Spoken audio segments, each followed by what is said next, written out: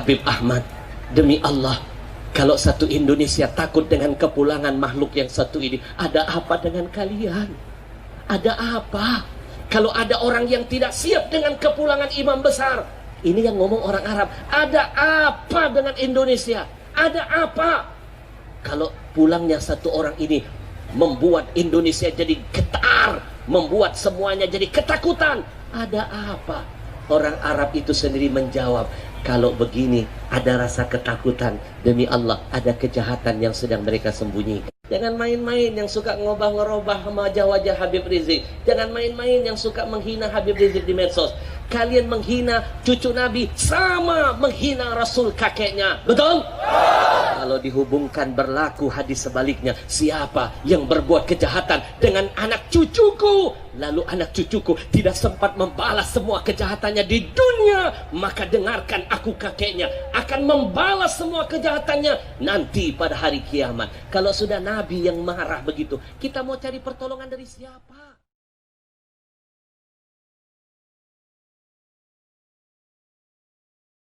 Lalu saya baru pulang umroh, alhamdulillah ketemu dengan imam besar.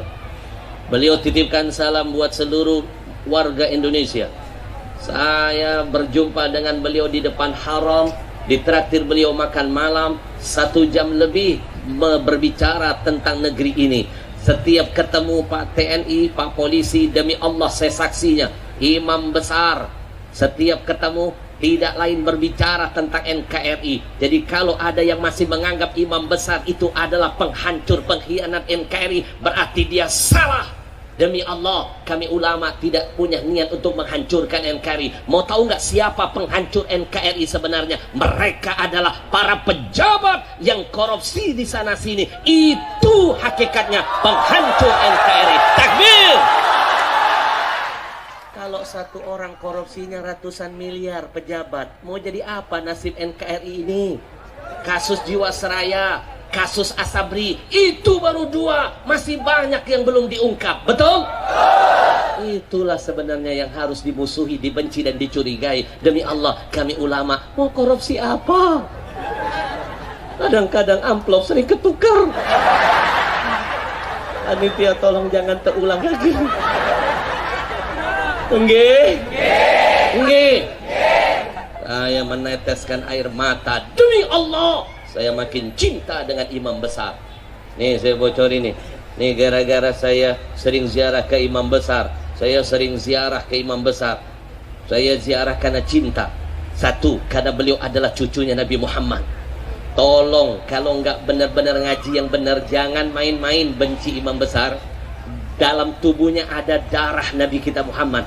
Dalam kitab As-Sawa'iq, saya mau meneteskan air mata. Ada sebuah hadis Nabi pernah bersabda, siapa yang berbuat baik kepada anak cucuku, lalu anak cucuku belum mampu membalas kebaikannya di dunia, maka izinkan aku, kakeknya, akan menanti dia di hari kiamat. Aku yang akan membalas kebaikannya. Takbir! Paham gak maksud hadis ini? Berlaku sebaliknya. Jangan main-main yang suka ngobah-ngerobah wajah-wajah Habib Rizik. Jangan main-main yang suka menghina Habib Rizik di medsos. Kalian menghina cucu Nabi sama menghina Rasul kakeknya. Betul? Kalau dihubungkan berlaku hadis sebaliknya. Siapa yang berbuat kejahatan dengan anak cucuku, lalu anak cucuku tidak sempat membalas semua kejahatannya di dunia, maka dengarkan aku kakeknya akan membalas semua kejahatannya nanti pada hari kiamat. Kalau sudah Nabi yang marah begitu, kita mau cari pertolongan dari siapa? Nggih? Nggih? Lalu hadis yang selanjutnya di bawahnya saya baca dalam kitab itu, Nabi yang menjamin arba'atun, kata Nabi ada 4. Ana, saya, musyaffa'un lahum yaumal qiyamah. Ada 4 orang, saya pastikan kata Nabi, 4 orang ini aku yang akan langsung memberikan syafaat kepada mereka. Ternyata 4 orang itu ranking pertama adalah al-mukrim li dzurriyyati. Kata Nabi, orang yang pandai memuliakan keturunanku. Lalu bagaimana nasib orang yang menghina para habaib, yang gak ngakuin habaib, mimpi dapat syafaat dari kakeknya, mimpi. Maka kita doakan mereka-mereka yang belum dapat hidayah, dengan mudah mempermainkan foto imam besar. Siapa mereka? Siapa imam besar? Demi Allah, saya duduk dengan beliau menangis ketika ada orang Arab datang berziarah kepada beliau, orang yang punya pengaruh di sana. Orang Mekah ini berkata, Habib Ahmad, bodoh kalian Indonesia mengorbankan orang hebat seperti ini, bodoh. Kami senang dengan datangnya orang begini. Bukan cuma ahli ibadah, alim orangnya, tawadu orangnya, cucu Rasul lagi. Kami bangga bertambah cucu Nabi di negeri kami. Dulu pernah terjadi pembantaian, cucu Nabi diusir dari negeri ini. Sekarang mereka satu persatu pulang. Kami bangga. Habib Ahmad, demi Allah, kalau satu Indonesia takut dengan kepulangan makhluk yang satu ini, ada apa dengan kalian? Ada apa? Kalau ada orang yang tidak siap dengan kepulangan imam besar, ini yang ngomong orang Arab. Ada apa dengan Indonesia? Ada apa? Kalau pulangnya satu orang ini membuat Indonesia jadi getar, membuat semuanya jadi ketakutan. Ada apa? Orang Arab itu sendiri menjawab, kalau begini ada rasa ketakutan, demi Allah ada kejahatan yang sedang mereka sembunyikan.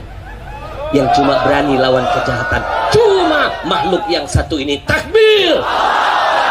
Yang lain gampang diajak cincai, dikasih jabatan bungkam, dikasih tekanan takut, dikasih ini hilang. Tapi orang yang satu ini hebat ini, makanya dia ditakuti. Kami titipkan pesan buat kalian Indonesia, cintai ulama yang seperti ini, yang dibenci orang munafik, yang ditakuti orang-orang pengkhianat, yang dihindari oleh orang-orang kafir. Sekarang ulama begini langkah, demi Allah langkah. Betul?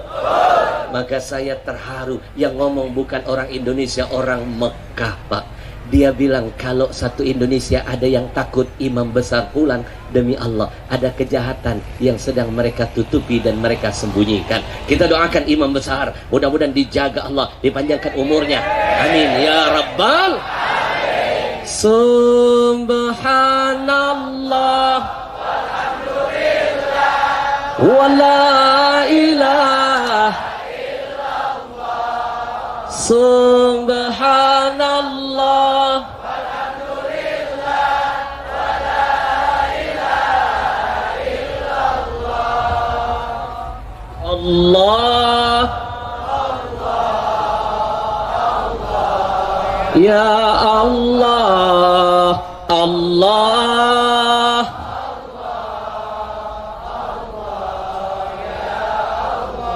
Bapak Ibu, saya ada pesan tadi dari panitia, guru kita Buya Qurtubi, pimpinan FPI Banten. Beliau titip pesan, maka bersyukur kalau ada yang ngingetin begini. Kalau iman tapi nggak ada amal, nggak sempurna.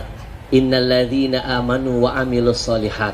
Kalau cuma iman tapi nggak ada amal, maka imannya tidak akan indah di sisi Allah.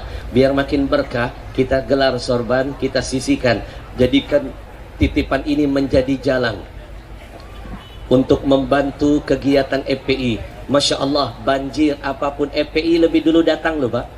Saya geli loh, ada TV kok alergi banget dengan FPI. Ketika dia lagi berkunjung memantau banjir, ternyata keduluan FPI sudah datang bantu jamaah. Orang Cina pun ditolong, orang non muslim pun. Apa ini bukan Pancasilais? Begitu sedang syuting, ada FPI berdiri di belakang. Saking takutnya dengan tulisan FPI, dia suruh reporternya bergeser. Ada penyakit kebencian dalam hatinya. Betul? Padahal Masya Allah Pak, mereka ini nggak ada sponsor loh Pak, nggak ada dana-dana CSR loh, dananya dari umat untuk umat dan mengalir langsung tepat ke sasaran. Tidak ada korupsi, bahkan imam besarnya kadang-kadang mengeluarkan dana dari kantongnya. Betul? Maka ini tugas kita.